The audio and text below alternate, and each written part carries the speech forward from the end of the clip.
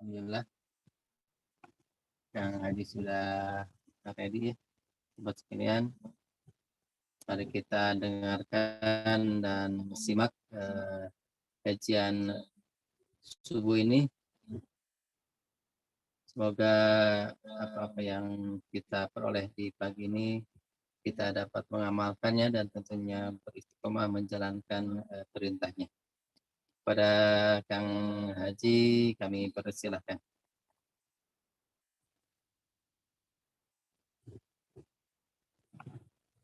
Itu yang Haji ikutnya. Bismillahirrahmanirrahim. Assalamualaikum warahmatullahi wabarakatuh.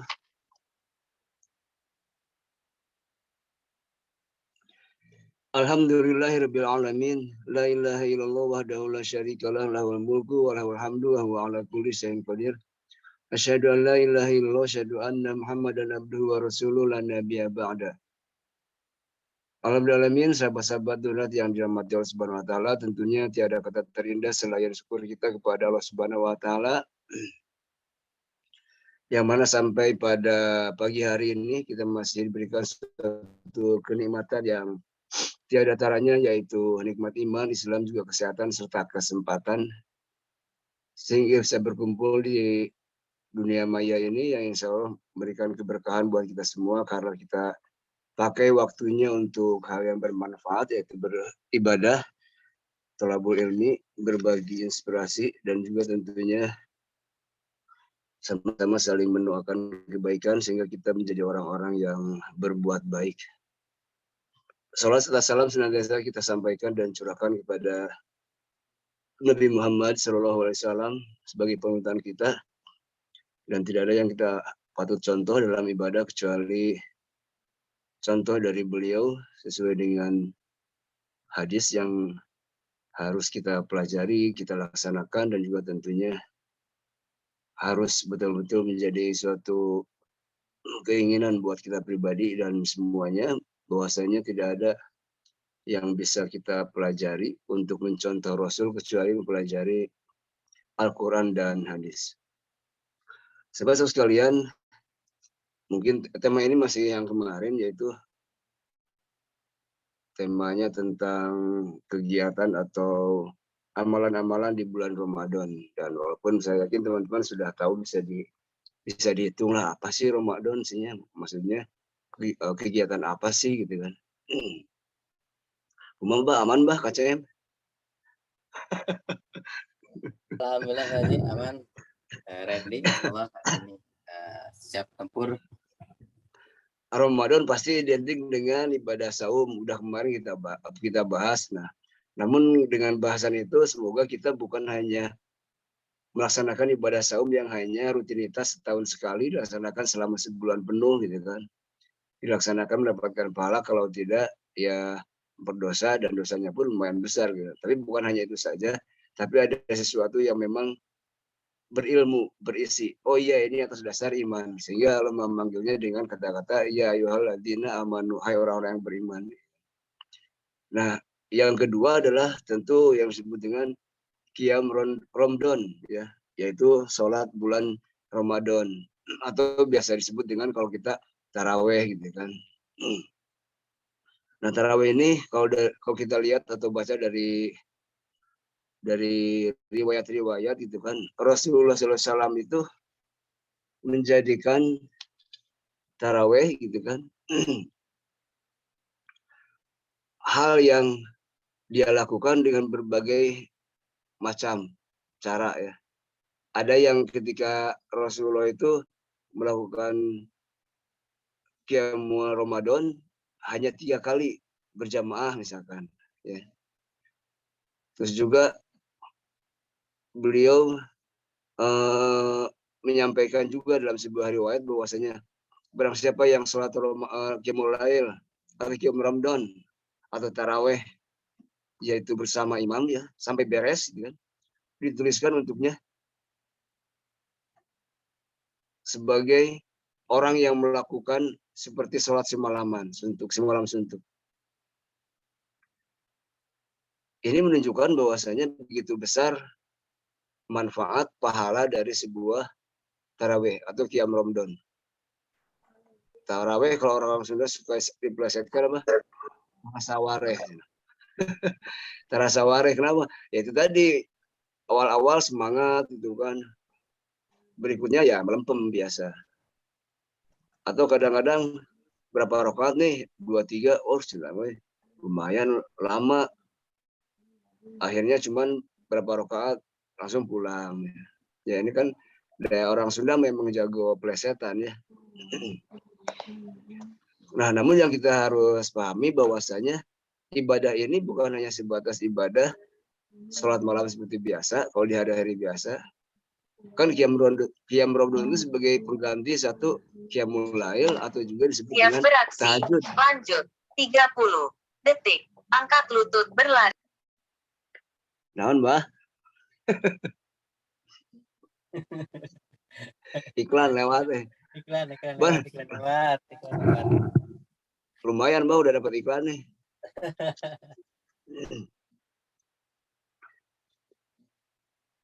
Nah, jadi seperti itu. Ada keutamaan yang harus kita ketahui gitu kan. Kalau Rasulullah SAW pernah melaksanakan ibadah qiyamul lail atau tarawih itu selama 3 hari berjamaah gitu kan, tujuannya ternyata khawatir gitu kan. Sholat tarawih ini disebut apa sebagai kegiatan aktivitas yang sholat wajib, khawatir gitu kan. Begitulah, itu juga sebagai bukti cinta, sayang dan kasihnya Rasulullah kepada umatnya.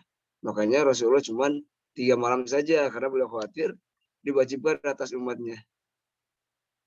Namun dalam sebuah riwayat juga setelah wafat tidak mungkin lagi wahyu turun dan tidak mungkin diwajibkan. Oleh karena itu Umar memandang. Nah ini fungsi sahabat kan. Sahabat ini kan penerus dari Rasulullah. Tapi ketika Rasul sudah wafat, nanti khawatir ada turun wahyu, berarti ada satu kewajiban. Tapi ketika Rasul sudah wafat, nah maka tidak akan pernah ada wahyu lagi. Sehingga para sahabatnya berpikir, udahlah bisa gitu kan. Qiyamul lail atau berjamaah itu dipandang sebagai hal yang penting gitu kan. Walaupun melebihi 3 hari, tidak akan pernah keluar wahyu lagi. Sehingga tidak akan menjadikan suatu kewajiban bagi umatnya. Karena sahabat itu tidak mendapatkan wahyu walaupun mereka dekat dengan Rasulullah SAW. Ini bagaimana tata caranya? Banyak hadis-hadis riwayat kita menyampaikan bahwasanya tata caranya itu inti dari qiyamul lail adalah bisa melaksanakannya ba'da isya. Ya. Ba'da isya sampai kapan? Sampai menjelang subuh. Seperti halnya melaksanakan tahajud ya atau qiyamul lail. Kalau qiyamul lail kan dilaksanakan ketika kita sudah melaksanakan ibadah sholat isya sebelum tidur ya. Kalau tahajud kita tidur dulu gitu kan. Nah, qiyam Ramadan ini atau tarawih ini dilakukan ketika bulan Ramadan. Jumlahnya berapa? Pada dasarnya dalam beberapa hadis itu yang penting itu kan dilaksanakan minimal 22 ya. Minimal 22. Jumlahnya berapa? Bisa boleh berapa saja. Ada yang mau 11 plus witir, itu sudah plus witir gitu kan. Dilakukan seperti apa? Bisa 25 kali plus 1 bisa. 4 kali plus 3 bisa. Ada juga yang 4, 3 bisa.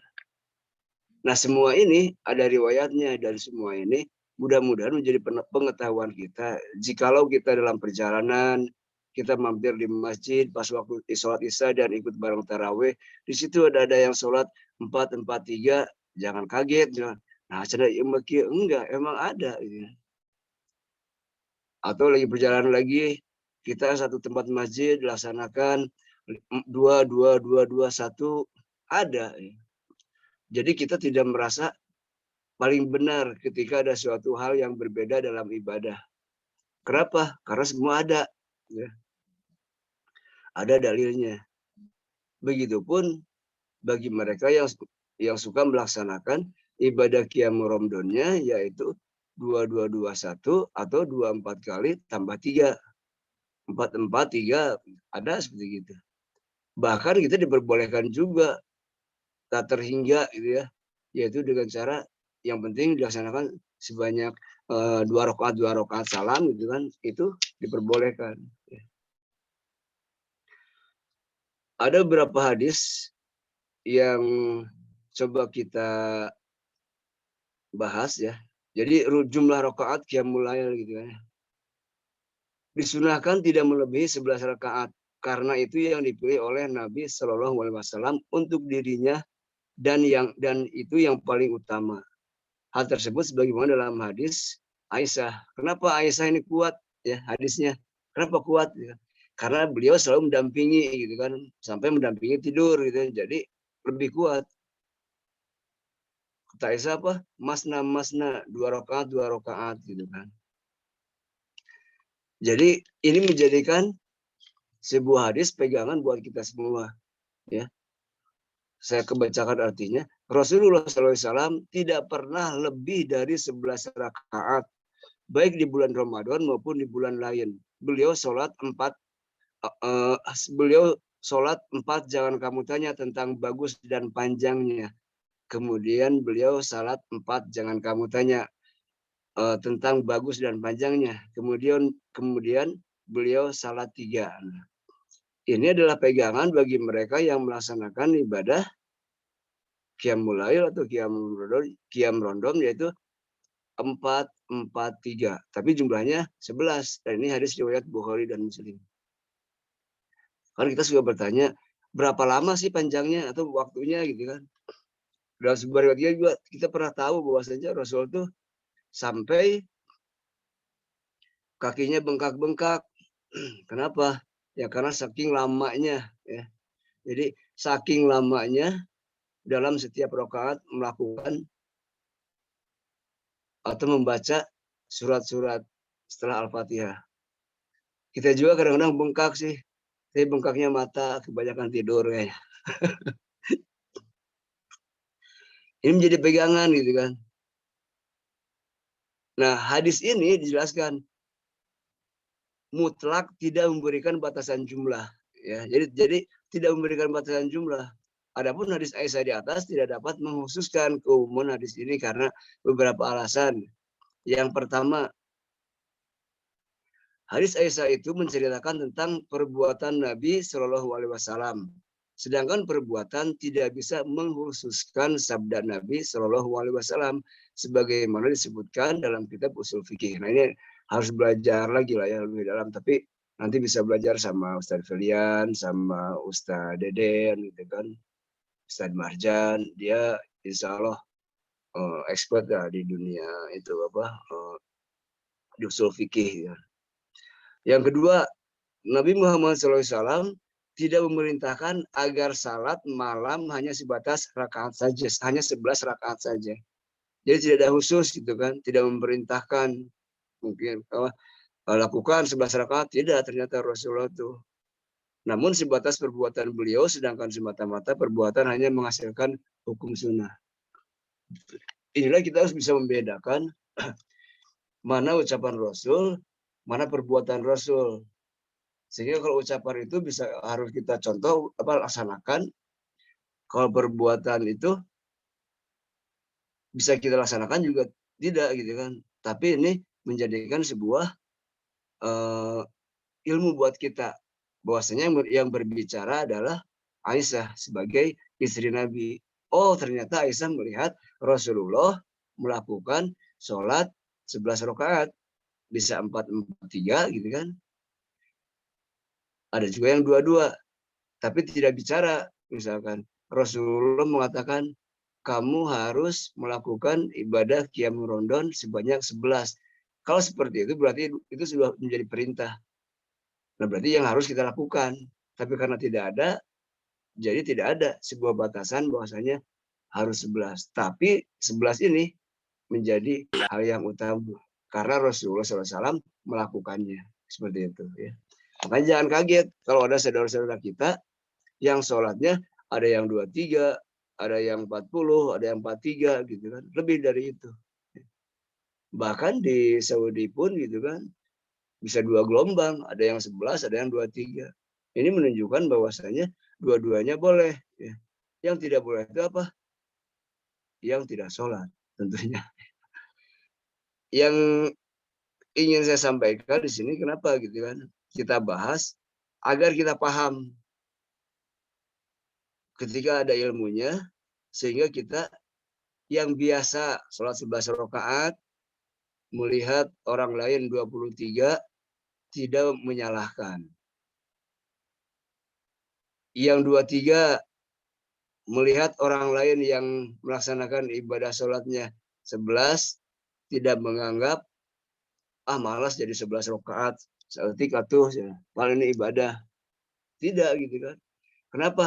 Karena semuanya ada ilmunya ya. Karena semua ada ilmunya ya. Sehingga apa yang kita lakukan betul-betul atas dasar ilmu, bukan atas dasar nafsu dan tidak merasa benar sendiri. Ini perlu dibahas kenapa? Karena saya yakin untuk amalan Ramadan ini teman-teman sudah terbiasa. Namun yang paling harus ditekankan lagi adalah melaksanakan ibadah Qiyamul Ramadan atau tarawih ini bukan hanya sebatas karena bulan Ramadan jadi melaksanakan tarawih, tapi harus ada dari kesadaran kita dan juga ada dari rasa iman. Ini yang berat ya. Biasanya beda kalau kita dengan ada sesuatu yang ilmunya gitu kan akan lebih greget ya. Atas dasar iman maka Allah akan mengampuni dosa yang masa lalu. Nah, ini yang harus kita tekankan. Jadi bukan hanya sebatas sholat tarawih udah sholat, udah melaksanakan ibadah saum, enggak begitu. Gitu. Bagi orang yang beriman itu beda. Ya. Yang ketiga, tadi yang kedua udah ya ditulis, Nabi Muhammad SAW tidak melarang melebihi 11 rakaat. Karena itu, Syekhul Islam Ibnu Taimiyah radhiyallahu anhu berkata, Qiyam Ramadan tidak ditentukan oleh Nabi SAW jumlah tertentu. Beliau hanya tidak menambah melebihi 13 rakaat di bulan Ramadan maupun di bulan lainnya. Ya. Barang siapa yang meyakini, ya. Jadi ini barang siapa yang meyakini jumlah Qiyam Ramadan ditentukan oleh Nabi SAW yang tidak boleh lebih dari, tidak boleh kurang, maka ia tidak salah. Ya. Jadi artinya boleh teman-teman karena tidak ada ketentuan langsung dari Rasulullah SAW. Misalkan harus sekian perkataan Rasul, tapi ini berdasarkan apa yang dia lakukan. Aisyah melihat, lalu Aisyah menyampaikan. Itu bukan menunjukkan bahwasanya Qiyam Ramadan harus 11 atau tidak boleh nambah misalkan, tidak begitu. Nah, jadi ini hanya untuk membuka ini aja, pengetahuan saja bahwasanya dengan ada yang melakukan Qiyam Ramadan melebihi 11 itu diperbolehkan ya. Walaupun ada penekanan bahwasanya disunahkan tidak melebihi 11 rakaat. Karena itu yang dipilih oleh Nabi Muhammad SAW ya. Dan itu yang paling utama. Tapi ketika ada orang yang melakukan melebihi itu silakan saja gitu kan. Kenapa ya tadi? Agar kita tidak menjadi orang yang menyalahkan ketika ada orang tidak sesuai dengan kebiasaan kita melaksanakan ibadah tarawih. Seperti halnya tahajud, selama belum witir, silahkan saja boleh. Gitu. Tetapi dengan 11, itu yang disunahkan, yang dipilih oleh Nabi SAW. Ya. Untuk dia sendiri gitu kan, dan itu yang paling utama, kita tinggal memilih gitu. Karena ada juga orang yang ketika kita kasih tahu misalkan sesuatu hal, tapi karena dia biasa melakukan hal tersebut, dia akan berpikir ada orang mah biasanya siga kieu. Nah ini yang harus kita coba berlapang dada dengan orang yang punya sifat seperti itu. Kita tidak bisa memaksakan dan kita jangan sampai menyalahkan karena diperbolehkan itu. Ini Qiyamul Lail. Kapan dilakukannya? Itu tadi ba'da sholat Isya. Jadi jangan sampai gitu kan nanti karena Ramadan diutamakan Qiyam Ramadan karena misalkan terlambat sholat Isyanya. Jadi sholat Isya terlambat, datang ke masjid udah ke taraweh langsung ikut taraweh, ini nggak boleh. Ya. Karena itu sunnah, sedangkan sholat isya adalah wajib, harus melakukan sholat wajib dulu. Ya. Dan ini pun berlaku jika teman-teman suatu saat harus harus mensalatkan jenazah pas di waktu sholat wajib, maka lakukanlah sholat wajib dulu.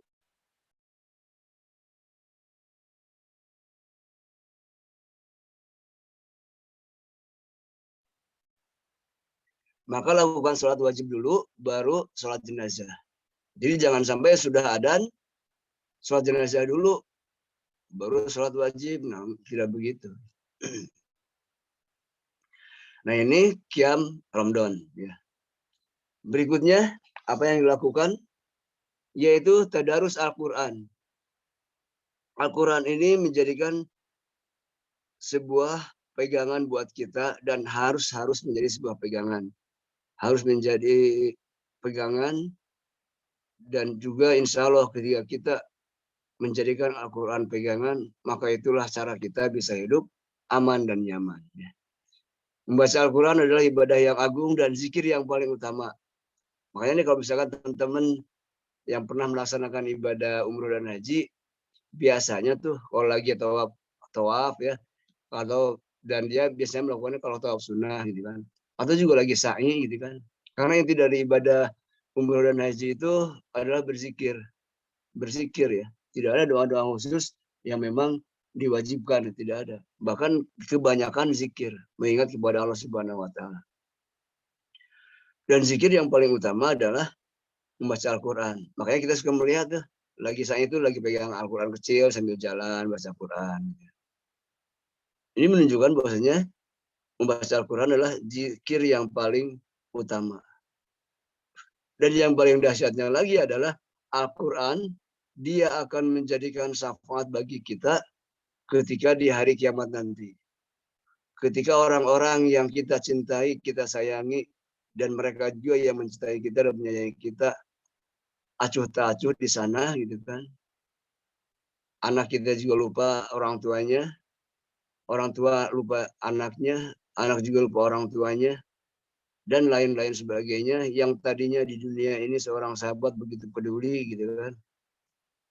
Pasangan hidup begitu mencintai, menyayangi, dan apapun yang bisa dia coba korbankan untuk pasangan hidupnya karena cinta kasih sayangnya. Tapi nanti di sana akan masing-masing. Sibuk masing-masing. Kenapa? Karena mereka pun ingin mendapatkan sebuah keselamatan. Namun bagi orang-orang yang beriman dan pernah melaksanakan kegiatan membaca Al-Quran, maka jangan khawatir. Ternyata Al-Quran menjadi teman setianya. Menjadi syafaat di akhirat kelak. Ya. Dalam sebuah hadis disampaikan, Iqra'ul Qur'ana fa innahu ya'ti syafi'an li ashabihi yaumal qiyamah.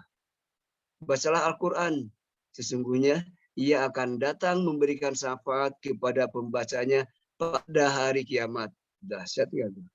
Makanya jangan pernah ragu dan malu untuk membaca Al-Quran atau juga mempelajarinya. Ya, makanya kita suka ya sedikit gembar-gembar lah buat teman-teman di Dundrat khususnya gitu kan, biar komunitas ini bermanfaat gitu kan, dalam grup ini bermanfaat, walaupun yang aktif kata-kata keneh gitu kan. Kalau bisa yang nggak bisa Al-Quran nggak usah malu gitu kan, bilang aja. Kalau malu ya harus lebih malu lagi karena nggak mau belajar. Teman-teman bisa privat gitu kan, nanti bisa menghubungi Ustaz Deden atau Ustaz Felia untuk mengajarkannya ya. Karena kalau nanti ternyata belum bisa juga, padahal ada di sebuah komunitas dakwah yang memang membuka peluang untuk bisa belajar agama dan juga yang lainnya, terutama Al-Quran, khawatir gitu kan, nanti akan menjadi sebuah pertanyaan gitu. Diminta pertanggungjawaban. Ini kenapa anggotanya nggak bisa baca Al-Quran, kok didiamin aja sih gitu kan, padahal kamu sibuk ibadah, kamu sibuk berdakwah, kamu sibuk sedekah, kamu sibuk berbagi, kamu sibuk apain itu, tapi anggotanya sendiri didiamkan. Ini khawatir saya pribadi nanti ditanyakan. Tapi kalau kita sudah promosikan, yuk siapa yang belum punya Al-Quran, acungkan tangan kita kasih, coba kayak gitu. Atau mau ngasih Al-Quran sebaliknya. Yang belum bisa, sok mangga gitu kan, jangan khawatir digratiskan lah gitu kan. Seperti itu. Jangan sampai nanti orang-orang yang punya kemampuan untuk memberikan ilmu diminta bertanggungjawabkan karena anggotanya dia seharusnya mendapatkan ilmu tersebut tapi tidak mendapatkannya. Banyak faktor, bisa karena dia malu atau kita sendiri yang tidak mau mengajarkannya. Nah ini yang harus adanya kerjasama. Nah inilah pentingnya membaca Al-Quran. Bahkan Al-Quran itu kan turun di bulan Ramadan. Dan ketika berbicara masalah Al-Quran, siapapun dan apapun, dia akan menjadi mulia. Bulan Ramadan menjadi bulan mulia karena di dalamnya ada dituliskan Al-Quran. Malaikat Jibril menjadi malaikat yang mulia karena sebagai pemberi wahyu. Rasulullah SAW sebagai nabi dan rasul yang mulia karena beliau mengemban atau mendapatkan mukjizat Al-Quran. Kita pun insya Allah gitu kan akan menjadi mulia di hadapan Allah Subhanahu Wa Taala ketika kita mau mempelajari Al-Quran dan mengamalkannya. Makanya kan dalam sebuah hadis sampaikan khairukum man ta'allama al-Qur'ana wa 'allamah. Sebaik-baik kalian adalah orang yang mempelajari Al-Quran dan mengamalkannya. Bagaimana tidak baik gitu kan? Al-Quran dalam setiap hurufnya berpahala. Setelah itu membacanya sekian huruf, sekian ayat, satu ayat misalkan tidak disebut satu huruf tapi sesuai dengan jumlah hurufnya. Alif lam mim bukan berarti satu huruf tapi alif satu huruf, lam satu huruf, mim satu huruf. Ya. Ini sudah 30 pahala. Ketika kita menyampaikannya lagi akan bertambah lagi. Kenapa? Karena ada sesuatu, ada ilmu yang kita sampaikan kepada orang lain. Bahkan itu menjadi tabungan kita. Ya mungkin nggak kerasa lah ya. Mungkin itu yang disebut dengan syafaat ya. Jadi kita tahu-tahu mendapatkan perlindungan dari Allah Subhanahu Wa Taala melalui Al-Quran yang kita baca selama di dunia. Mudah-mudahan Ramadan ini menjadi pemicu dan semoga saja bukan menjadi sebuah hanya momen, walaupun memang kebanyakan momen ya, itu yang kita sedihkan. Jadi ketika Ramadan rajin banget tadarus sampai khataman itu bisa sampai berapa kali gitu kan. Setelah itu kembali ke habitat semula, nyantai lagi, tidak baca Quran lagi. Walaupun baca ya seperlunya lah kayak gitu. Dan mudah-mudahan nanti kita ada semacam peningkatan. Ya selama ini mungkin kita membaca saja, belajar menghafal. Menghafal tidak harus banyak gitu kan. Satu hari ya cukuplah 1 ayat, 2 ayat, sampai 5 ayat. Tapi kalau continue, itu akan membuat kita semakin merasakan dahsyatnya, nikmatnya bisa berinteraksi dengan Al-Quran. Berikutnya kita mencoba untuk memahami. 1 lembar, setelah itu baca dengan artinya. Baik. Besoknya lagi 1 lembar, baca dengan artinya. Ada juga yang tilawah khusus, itu kan. Hanya baca Al-Quran saja, tadarus 1 hari mungkin 2 halaman, 3 halaman, 4 halaman, sampai 1 juz. Terus berikutnya. Jadi sehari itu bisa punya jadwal 3 tuh. 1 hafalan, yang kedua tadarus, yang 3 dengan terjemahannya. Kalau bisa dilakukan secara kontinu, dan itu saya yakin tidak akan menghabiskan waktu sampai 1 jam. Coba aja nih teman-teman lakukan. Kalau sudah terbiasa. Nah ini yang tadi itu adalah baca Al-Quran, sesungguhnya ia akan datang berikan syafaat kepada para pembacanya pada hari kiamat, hadis riwayat Ahmad dan lainnya. Ini menunjukkan bahwasanya begitu dahsyatnya. Selain juga ini pernah dibahas dalam kegiatan bulan Ramadan, apa yang kita lakukan yaitu melaksanakan ibadah saum Ramadan. Ya. Dalam hadisnya ada barang siapa yang melaksanakan ibadah saum Ramadan dan membaca Al-Quran, nah dia akan mendapatkan syafaat. Jadi hadisnya begitu banyak, artinya ini meyakinkan kepada kita bahwasanya apa yang kita lakukan harus berdasarkan hadis, bukan hanya sebatas syafaat daripada hanya pokoknya begitu. Kenapa? Karena membaca Al-Quran adalah sebuah kebaikan, sehingga nanti akan mendapatkan kebaikan. Memang betul, tapi kita harus ada penguatan yang bisa dijadikan yang harus dipertanggungjawabkan.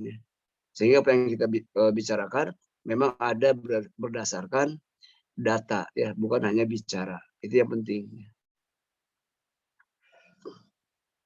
selain bulan membaca Al-Quran, ada lagi hal-hal yang harus kita lakukan.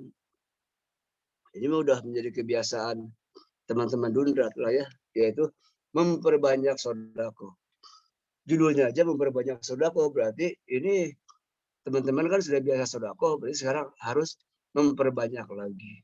Ya. Kenapa? Karena Ramadan ini menjadi bulan yang istimewa yang dilipat gandakan pahalanya.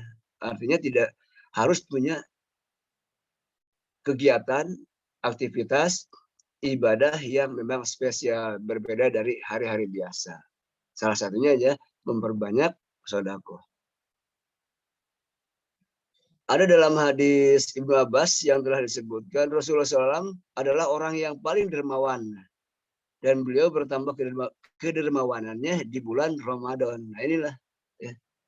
Sama lah kayak teman-teman Dundrat gitu kan. Teman-teman Dundrat itu kan orang-orangnya pada dermawan semua ya. Nah, makanya insya Allah nanti pas bulan Ramadan tuh bertambah kedermawanannya. Makanya dikasih judul dengan memperbanyak sedekah. Sedekah mah udah biasa gitu kan. Tapi bulan Ramadan ini kita harus semakin memperbanyak. Artinya ada semacam giroh lagi, semangat lagi. Bagaimana agar sedekah ini bukan sedekah biasa, tapi sedekah yang luar biasa. Yang lainnya selain memperbanyak sedekah, yang tak kalah pentingnya adalah ketika kita harus melakukan semua harus ada semacam melebihi orang-orang biasa. Kenapa? Karena kita tahu ilmunya. Ketika kita melaksanakan ibadah saum, salah satu yang harus kita lakukan adalah ketika berbuka kita harus menyegerakannya. Nah ini, tapi kan kalau ini mah insya Allah lah ya, walaupun mungkin tidak ada hadisnya, menyegerakan buka mah insya Allah lah cepat gitu kan untuk buka mah. Tapi ketika kita tahu ilmunya dalam melakukan sebuah kegiatan atau ibadah, maka itu akan punya nilai pahala yang berbeda. Ya, beda dalam agama itu. Orang yang biasa melakukan kebaikan, tapi dia nggak tahu ilmunya, cuman dia tahu bahwasanya ini teh wajib, ini teh sunnah, ini teh kebaikan. Akan beda ketika dia dengan orang yang tahu dalilnya, pernah baca dalilnya, pernah dengar dalilnya, minimal pernah mengikuti sebuah kajian, jadi tahu oh iya ternyata melakukan ini tuh suatu amal ibadah gitu kan. Karena ternyata ada juga orang yang ketika waktunya adzan merasa kuat nyantai-nyantai saja. Nah ini yang harus kita hindari. Dengan ilmu ini semoga menjadikan sebuah kebaikan dan bertambahnya pahala. Karena menyegerakan berbuka puasa adalah sebuah sunnah juga. Ya. Nabi SAW memerintahkan umatnya agar menyegerakan berbuka puasa. Bahkan menjadikannya sebagai tonggak kebaikan umat Islam. Beliau bersabda, la yazalun nasu bi khairin ma'ajalul fitr. Manusia atau umat Islam senantiasa baik selama mereka bersegera berbuka puasa. Ini hadisnya pendek tapi dalam ya. Manusia bahkan umat Islam senantiasa baik selama mereka bersegera berbuka puasa. Masya Allah. Ini kalau dikaji kayaknya menarik di dalamnya gitu kan. Asbabul wurudnya kenapa keluar hadis ini gitu kan. Ini hadis riwayat Bukhari dan Muslim. Nah nanti yang akan bahas asbabul wurudnya mungkin Ustaz Deden sama Ustaz Felian ya. Ustaz Marjan. Ini ada Pak Haji Nurdin. Ada Pak itu juga apa Mifaro gitu kan. Silahkan dibahas gitu. Sehingga betul-betul sesuatu yang menarik dan juga baik untuk kita.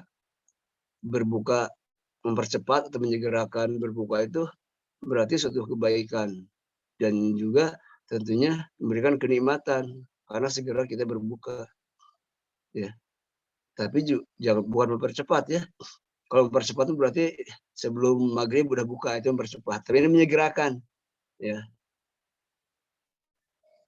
Inilah sebuah hadis yang singkat, padat, tapi dahsyat nih. Umat Islam senantiasa baik selama mereka bersegera berbuka puasa. Kita akan bertanya-tanya mungkin, baik apanya sih gitu kan.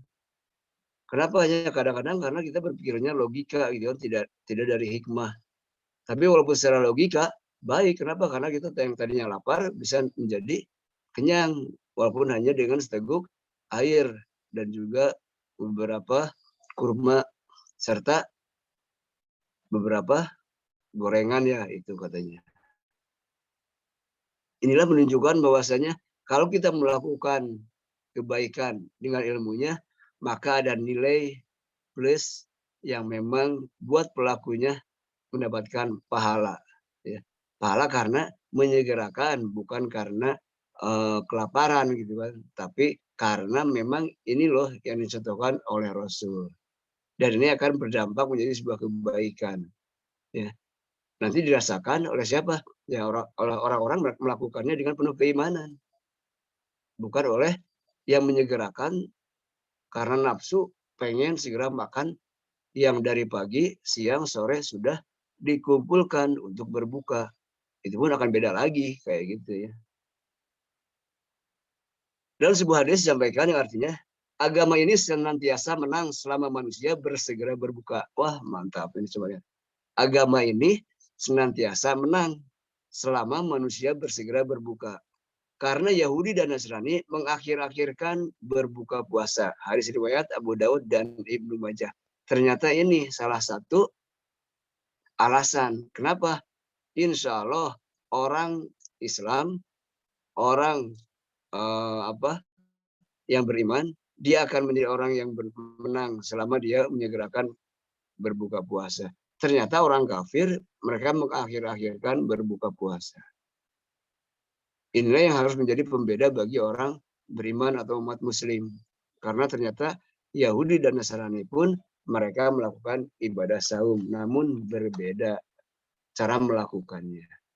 Maka kita sebagai umat Muhammad SAW tidak ada lain kecuali harus melaksanakannya atas dasar keimanan. Sehingga kita melakukan bukan hanya tapi berdasarkan hadis yang disampaikan oleh Rasulullah melalui perasaannya. Dan juga tentunya berbagai macam ya.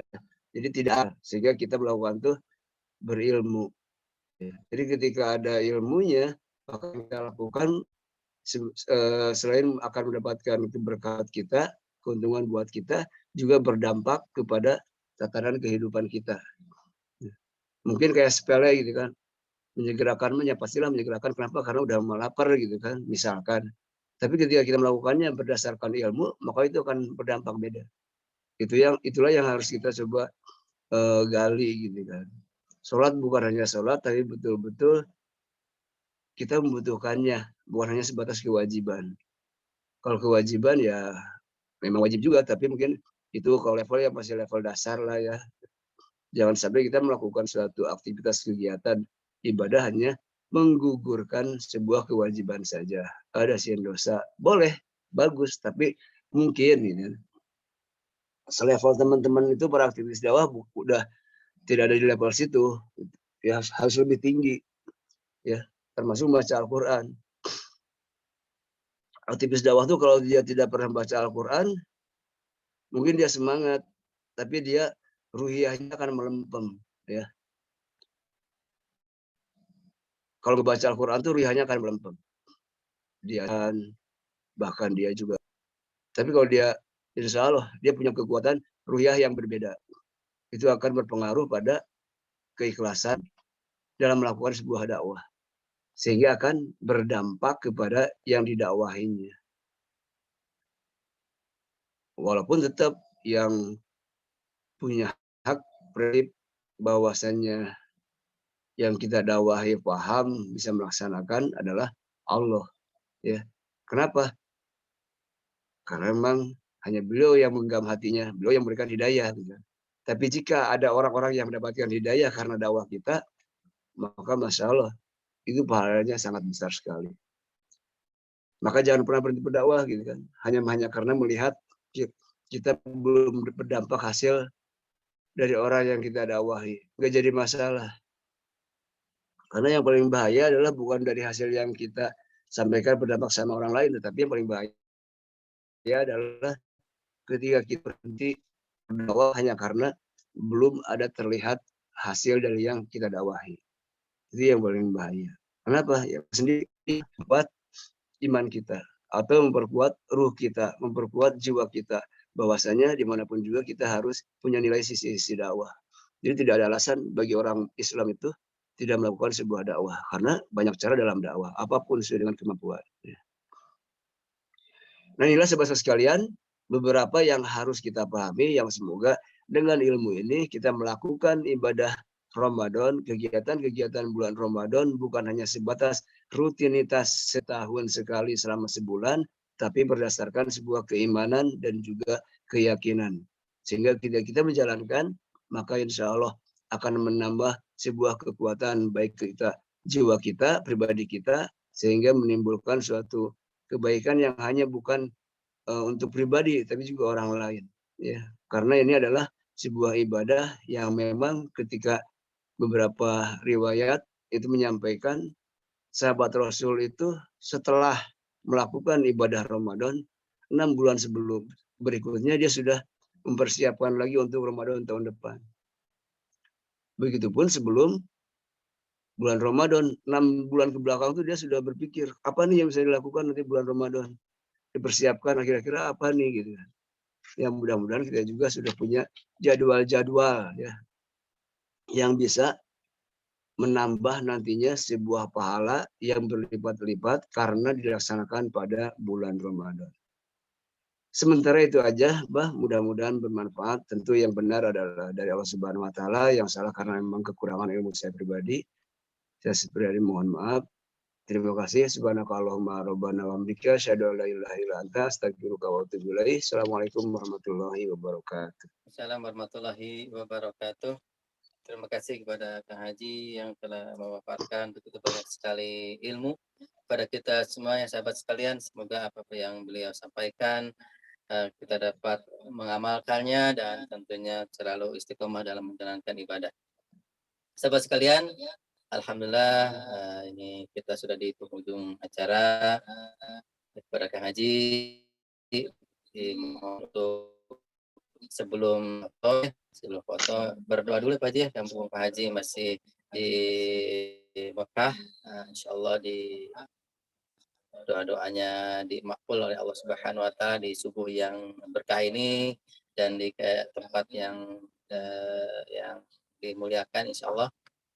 Mohon doanya dari Kang Haji di sana kepada kita semua. Kang Sandi juga anaknya kemarin masuk ke IGD, alhamdulillah sekarang di rumah. Abah. Masya Allah itu Kang Ustad. Aduh, Masya Allah. Sebelum ke acara selanjutnya di doa dulu ya Pak Haji. Siap. Jadi mana eta? Ayo astagfirullahaladzim. Ada kalau gitu. Aduh, Masya Allah, Masya Allah.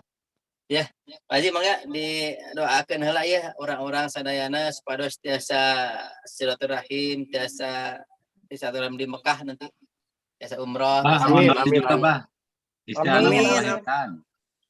Masya Allah. Di Kang Haji. Mangga Kang Haji sebelum informasi-informasi ya. Pak Dokter, Kang Dani, Kang Ahmad dan yang lainnya, Kang Wiwid kan dimudahkan lahirannya istrinya ya, bukan Kang Wiwid ya. Istrinya. Kang Ahmad, Kang Ahmad. Kak Gemilang, Setiabudi. Gimana? Terang aja. Ayo ngajak tuhnya diumumkan. Ada ayah Kang Ude, terus Sandesna, alhamdulillah. Maka Kang Haji di antos ya piduana ti Kang Haji sadayana. Bismillah. Sahabat sekalian, kita berdoa dulu ya sebelum ramah tamah. Maka Kang Haji di antos video anak. Ya, bismillahirrahmanirrahim. Astagfirullahaladzim, astagfirullahaladzim. Astagfirullahaladzim. Allahumma sholli ala Muhammad wa ala Muhammad kama shallaita ala Ibrahim wa ala Ibrahim fil alamin innaka Hamidum Majid. Ya Rahman ya Rahim ya Hayyul ya Qayyum ya Razzaq ya Ghafur ya Latif. Allahumma ighfirli wa li walidayya warhamhuma kama rabbayani shaghira. Allahumma ighfirli wa li walidayya warhamhuma kama rabbayani shaghira. Allahumma ighfirli wa li walidayya warhamhuma kama rabbayani shaghira. Ya Rahman ya Rahim, ampunilah dosa kami dan ampunilah dosa kedua orang tua kami. Sayangilah kedua orang tua kami sebagaimana mereka menyayangi kami dari kecil hingga sekarang. Ya Rahman ya Rahim, tunjukkanlah kepada kami bahwasanya yang benar itu benar, yang salah itu salah, yang haram itu haram, yang halal itu halal, yang baik itu baik, yang jelek itu jelek. Ya Rahman ya Rahim, bimbinglah hati kami agar kami senantiasa selalu di jalanmu, melaksanakan perintahmu, laranganmu. Ya Rahman ya Rahim, siapapun mereka yang sedang engkau uji dengan sakitnya, sehatkanlah. Yang diuji dengan rezekinya, cukupkanlah. Yang diuji dengan keluarganya, berkahilah sehingga mereka menjadi keluarga sakinah, mawaddah dan warahmah. Dan siapapun mereka yang belum mendapatkan jodoh pasangan, semoga engkau mudahkannya dan menjadikan pasangan itu terbaik menurut pilihanmu. Ya Rahman ya Rahim, siapapun yang ingin punya keturunan, semoga engkau berikan keturunan yang terbaik.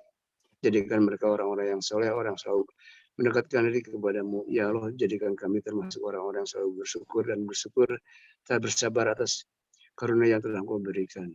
Dan siapapun yang ingin melaksanakan ibadah umrah setelah haji, semoga engkau mudahkan agar bisa memenuhi undanganmu melakukan ibadah di Baitullah atau di Haramain atau di dua tanah suci. Semoga apa yang kami kerjakan mendapatkan keridhaan dan keikhlasan darimu. Rabbana atina fid dunya hasanah wa fil akhirati hasanah wa qina adzabannar. Rabbana atina fid dunya hasanah wa fil akhirati hasanah wa qina adzabannar. Rabbana atina fid dunya hasanah wa fil akhirati hasanah wa qina adzabannar. Assalamualaikum warahmatullahi wabarakatuh. Waalaikumsalam Amin. warahmatullahi Waalaikumsalam wabarakatuh. warahmatullahi Alhamdulillahirabbil wabarakatuh. alamin. Amin amin amin ya rabbal alamin. Semoga apa yang kita doakan, yang kita panjatkan, yang kita inginkan dikabul Allah Subhanahu wa taala. Sahabat sekalian, untuk selanjutnya yaitu informasi tentang kegiatan Dunrat dan Bergerak. Silakan kepada Kang Dani, kami persilahkan. Yes, bismillahirrahmanirrahim. Assalamualaikum warahmatullahi wabarakatuh.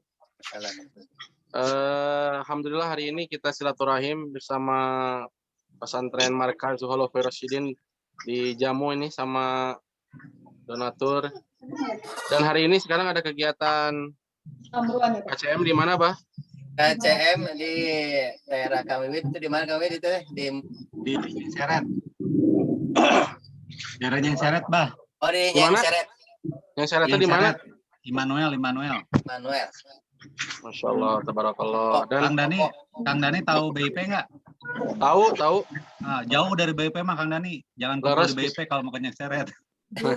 Mantap. Luar biasa. Kang Wiwit menginspirasi selalu. Dan alhamdulillah kegiatan hari Sabtu kita tadinya mau berangkat ke Ustadz Fatih Karim. Ternyata qadarullah beliaunya dipanggil sama MUI dadakan ya. Dan tidak ngasih tahu tentang bahas apa. Tapi insya Allah nanti diundangnya di reschedule. Dan insya Allah hari Sabtu jadinya berangkat ke Pleret. Kita diundang sama teman-teman dari Persis di Pleret.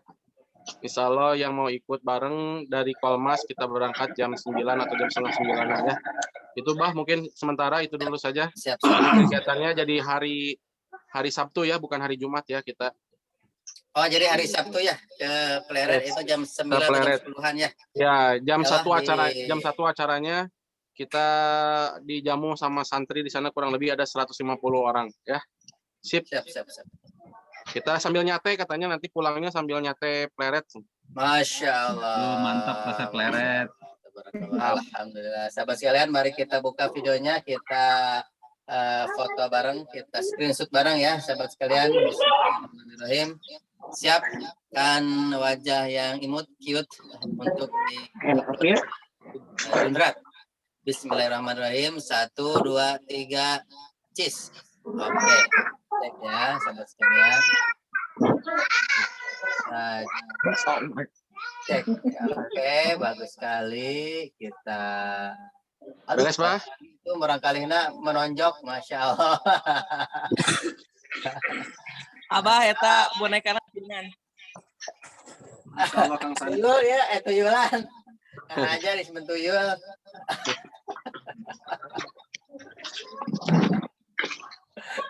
Ya, Masya Rob. Allah. Ada ya. Selamat pagi semuanya. Bos stainless gitu eta, nggak Ustad. Bos stainless. Bos stainless. Masya Allah. Ada Superman kan? Iya, Superman ayah.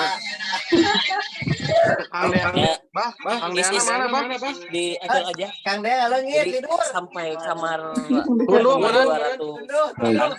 Jam 2 atuh gitu. Maka sahabat sekalian, alhamdulillah selamat bergerak, selamat beraktivitas ya. Apunten nuka suhun, wabillahi taufiq wal hidayah. Wassalamualaikum warahmatullahi wabarakatuh. Warahmatullahi wabarakatuh. Waalaikumsalam warahmatullahi wabarakatuh. Semangat Kang Wiwit. Nanti ketemuan di BIP ya. Nuhun, Kang Kang. Wahyu Nuhun, ka Kang. dieu. Ingatan nantinya. Kang Ahmad ka dieu. Wih, udah nongkrong lagi Ustaz ya. Ya, ya, ya, ya, ya, ya.